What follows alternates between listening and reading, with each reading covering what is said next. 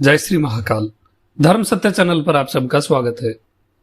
आज हम आपको भगवान विष्णु की माया से संबंधित एक कथा सुना रहे हैं जो भविष्य पुराण के उत्तर पर्व में वर्णित है। राजा युधिष्ठिर ने पूछा कि भगवान, ये विष्णु भगवान की माया किस प्रकार की है जो इस चराचर जगत को मोहित करती है। भगवान श्री कृष्ण ने कहा कि महाराज, किसी समय नारद मुनि श्वेत द्वीप में नारायण का दर्शन करने के लिए गए।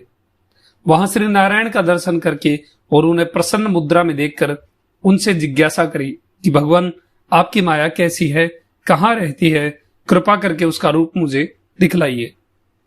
भगवान ने हंसकर कहा कि नारद, माया को देखकर क्या करोगे, इसके अलावा जो कुछ चाहते हो वो मांगो। नारद जी ने कहा कि भगवान, आप अपनी माया को ही दिखाएं, अन्य किसी वरदान की अभिलाषा नहीं है। नारद जी ने बार बार आग्रह किया। नारायण ने कहा, अच्छा आप हमारी माया देखें। ये कहकर नारद की उंगली पकड़कर श्वेत द्वीप से चले। रास्ते में आकर भगवान ने एक बूढ़े ब्राह्मण का रूप धारण कर लिया। शिखा, यज्ञोपवीत, कमंडल, मृगचर्म को धारण करके कुशा की पवित्री हाथों में पहनकर वेद पाठ करने लगे और अपना नाम उन्होंने यज्ञ शर्मा रख लिया। इस प्रकार का रूप धारण करके नारद जी के साथ जम्बू द्वीप में आए।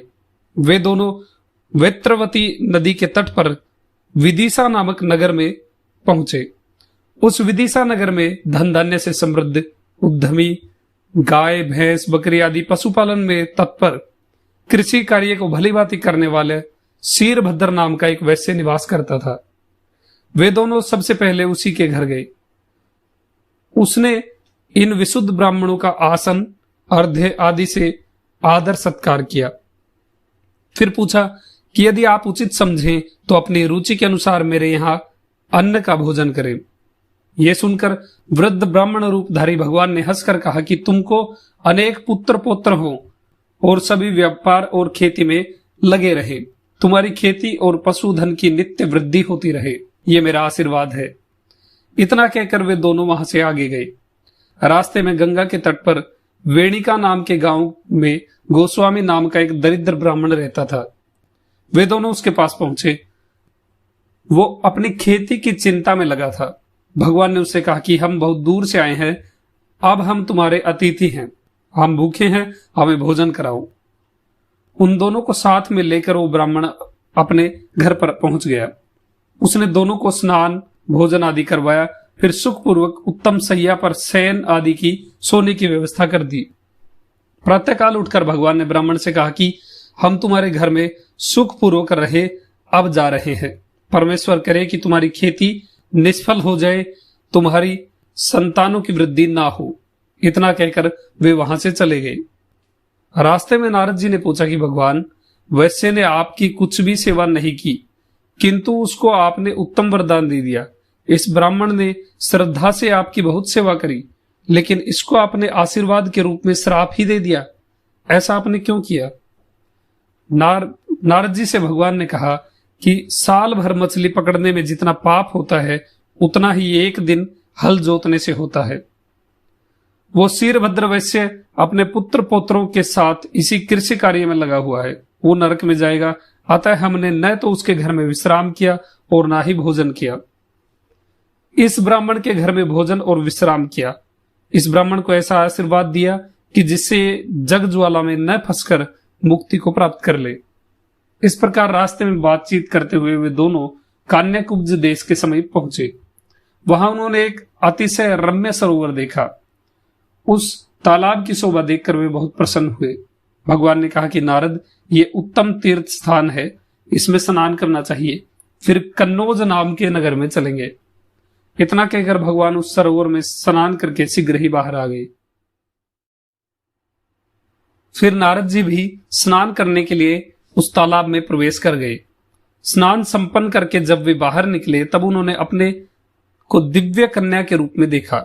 उस कन्या के विशाल नेत्र थे, चंद्रमा के समान मुख था। वो सर्वांग सुंदरी कन्या दिव्य शुभ लक्षणों से संपन्न थी।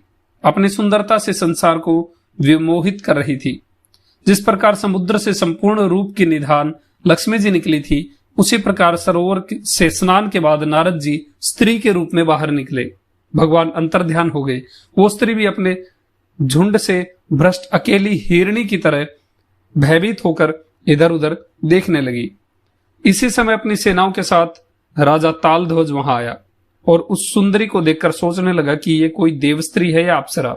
फिर बोला कि हे बाले, तुम कौन हो और कहां से आई हो? उस कन्या रूपी नारद जी ने कहा कि मैं माता पिता से रहित और निराश्रय हूं, मेरा विवाह भी नहीं हुआ है, अब आपकी शरण में हूं। इतना सुनते ही प्रसन्नचित होकर राजा उसे घोड़े पर बैठाकर राजधानी पहुंचा और विधि पूर्वक उससे विवाह कर लिया। 13वें वर्ष में वो गर्भवती हुई। समय पूर्ण होने पर उससे एक तुम्बी उत्पन्न हुई। तुम्बी अर्थात एक लोकी का जन्म हुआ, जिसमें 50 छोटे छोटे दिव्य शरीर वाले युद्ध में कुशल बलशाली बालक थे। उसने उनको घृत कुंड में छोड़ दिया, यानी एक घी के कुंड में छोड़ दिया। कुछ दिन बाद पुत्र और पुत्रों की खूब वृद्धि हो गई। वे महान अहंकारी, आपस में विरोधी और राज्य की कामना करने वाले थे। फिर राज्य के लोभ से कौरव और पांडवों की तरह आपस में युद्ध करके समुद्र की लहरों की तरह लड़ते हुए वे आपस में ही सब नष्ट हो गए। वो स्त्री अपने वंश का इस प्रकार संहार देखकर छाती पीटकर करुणापूर्वक विलाप करती हुई मूर्छित होकर पृथ्वी पर गिर पड़ी। राजा भी दुख से पीड़ित होकर रोने लगा। इसी समय ब्राह्मण का रूप धारण करके भगवान विष्णु द्विजों के साथ यानी ब्राह्मणों के साथ वहां आए और राजा और रानी को उपदेश देने लगे कि ये विष्णु की माया है, तुम लोग व्यर्थ ही रो रहे हो। संपूर्ण प्राणियों की अंत में यही स्थिति होती है। विष्णु माया ही ऐसी है जिसके द्वारा सैकड़ों चक्रवर्ती और सैकड़ों इंद्र उसी तरह नष्ट कर दिए गए हैं जैसे दीपक को प्रचंड वायु नष्ट कर देती है। समुद्र को सुखाने के लिए भूमि को पीस कर चूर्ण करके डालने की और पर्वत को पीठ पर उठाने की सामर्थ्य रखने वाले पुरुष भी काल के कराल मुख में चले गए हैं। त्रिकूट पर्वत जिसका दुर्ग था, जिसका किला त्रिकूट पर्वत था, समुद्र जिसकी खाई थी, ऐसी लंका जिसकी राजधानी थी, राक्षस गण जिसके योद्धा थे, सभी शास्त्रों और वेदों को जानने वाले शुक्राचार्य जिसके लिए मंत्रणा करते थे, कुबेर के धन को भी जिसने जीत लिया था, ऐसा रावण भी देव वश के कारण नष्ट हो गया। युद्ध में, घर में, पर्वत पर, अग्नि में, गुफा में और समुद्र में कहीं भी कोई जाए वो काल के कोप से नहीं बच सकता। भावी होकर ही रहती है, अर्थात होनी होकर ही रहती है। पाताल में जाए, इंद्रलोक में जाए, मेरु पर्वत पर चढ़ जाए, मंत्र, औषधि, शस्त्र आदि से कितनी भी अपनी रक्षा करे, किंतु जो होना होता है वो होता ही है। इसमें किसी भी प्रकार का कोई संदेह नहीं है। मनुष्यों के भाग्य के अनुसार जो भी शुभ और अशुभ होना है वो अवश्य ही होता है। हजारों उपाय करने पर भी होनी किसी भी प्रकार नहीं टल सकती। कोई शोक विहल होकर आंसू टपकाता है, कोई रोता है, कोई बड़ी प्रसन्नता से नाचता है, कोई मनोहर गीत गाता है, कोई धन के लिए अब अनेक उपाय करता है। इस तरह अनेक प्रकार के जाल की रचना करता रहता है। अतः संसार एक नाटक है और सभी प्राणी वर्ग उस नाटक के पात्र हैं। इतना उपदेश देकर भगवान ने रानी का हाथ पकड़कर कहा कि नारद जी, तुमने विष्णु की माया देख ली, अब उठो, अब स्नान करके अपने पुत्र पुत्रों को अर्घ्य देकर दैहिक कृत्य करो। ये माया विष्णु ने स्वयं निर्मित की है। इतना कहकर उसी पुण्य तीर्थ में नारद जी को स्नान कराया। स्नान करते ही स्त्री रूप को छोड़कर नारद मुनि ने अपना रूप धारण कर लिया। राजा ने भी अपने मंत्री और पुरोहितों के साथ देखा कि जटाधारी, यज्ञोपवीतधारी, दंड कमंडल लिए, वीणा धारण किए हुए खड़गों के ऊपर स्थित एक तेजस्वी मुनि है। वो मेरी रानी नहीं है। उसी समय भगवान नारद का हाथ पकड़कर आकाश मार्ग से क्षण मात्र में ही श्वेत द्वीप आ गई। भगवान ने नारद जी से कहा कि देवर्षि नारद जी, आपने मेरी माया देख ली। नारद के देखते देखते ऐसा कहकर भगवान विष्णु अंतर्ध्यान हो गए। देवर्षि नारद जी ने भी हंसकर उन्हें प्रणाम किया और भगवान की आज्ञा प्राप्त कर तीनों लोकों में घूमने लगे। महाराज, इस विष्णु माया का हमने संक्षेप में वर्णन किया है।